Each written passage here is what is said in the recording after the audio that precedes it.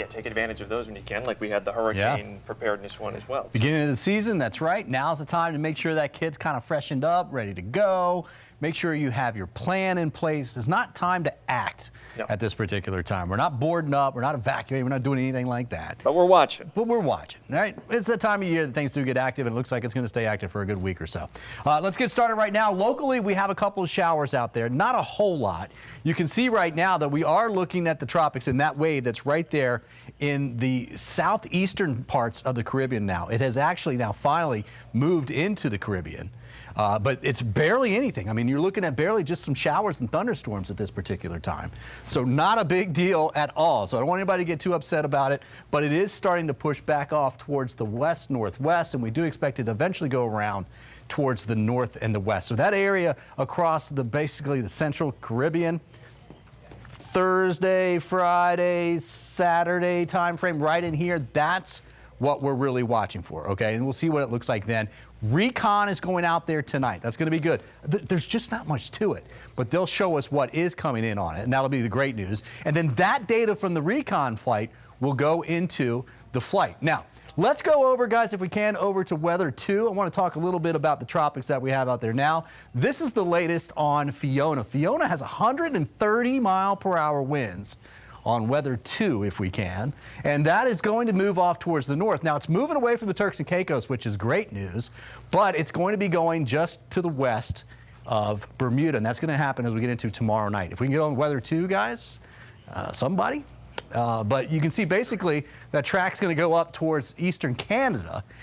Canada has to deal with a hurricane. It'll be about 85-mile-per-hour winds at that particular time. Now, this is Gaston. Gaston is way out here. Those are the Azores. This is the North Atlantic. It's going to do a little loop and it's going to fall apart. Not concerned about that. But look at all of that we're dealing with. Obviously, Invest 98L is the one that we're watching. 70 to 90% chance for development at this particular time. So basically, yeah, they're thinking it's probably going to develop. This area, as I showed you about 30 minutes ago, that's the area where we're pretty confident where it will drift. We don't know exactly what it will look like when it gets there. But then notice it really just starts to spread out. Now, the good news is this has shifted to the left, to the west a little bit today, and that's great news for us because that will keep it down just a little bit. The next names on the list, we're thinking 98 would be Hermine, but it could get Ian. We've got a wave out in the far eastern Atlantic just off of Africa that has a chance of developing, but it's going to be a race between those two.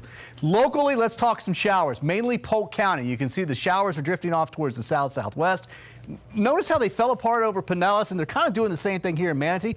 That's really the back line of rain, except for these few little stragglers that we got going on in eastern Polk County.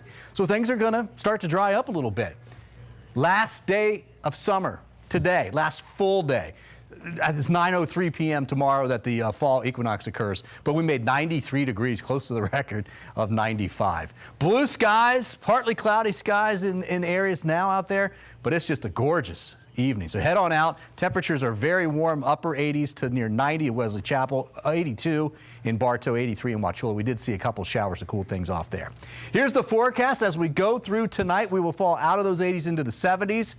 How about that? About 74, 75 for a low. It's not a big deal. It's still humid, but it is a little bit cooler. We're generally in the upper 70s, 77, 78 for lows. So we're going to go about 76 for tonight, mostly clear skies, and that 30% chance for a shower is what's happening right now, and that will fall apart. Now, expected rain. This is fantastic. Dry, and this is going through the weekend here. So Saturday 20%, Sunday 20%. That Sunday rain chances, especially down to our south. So again, not a huge deal. Then we'll start watching Monday. I think we get a little bit more moisture back. That gives us a better chance for some afternoon showers.